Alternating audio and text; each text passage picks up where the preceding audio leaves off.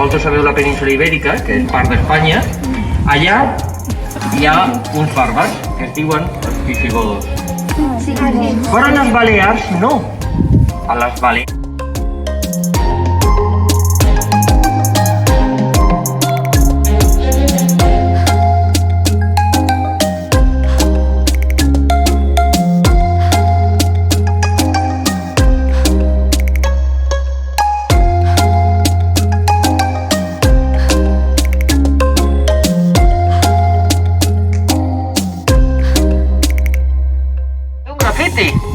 ja m'hi diràs, d'acord? I això està protegit perquè això és un patrimoni que és de tots, igual que el castell, i això està penat. No se pot fer grafitis, ni fer forats, ni robar coses que ens trobem pel terra, perquè tot això és de tots, d'acord? I està per llei protegit.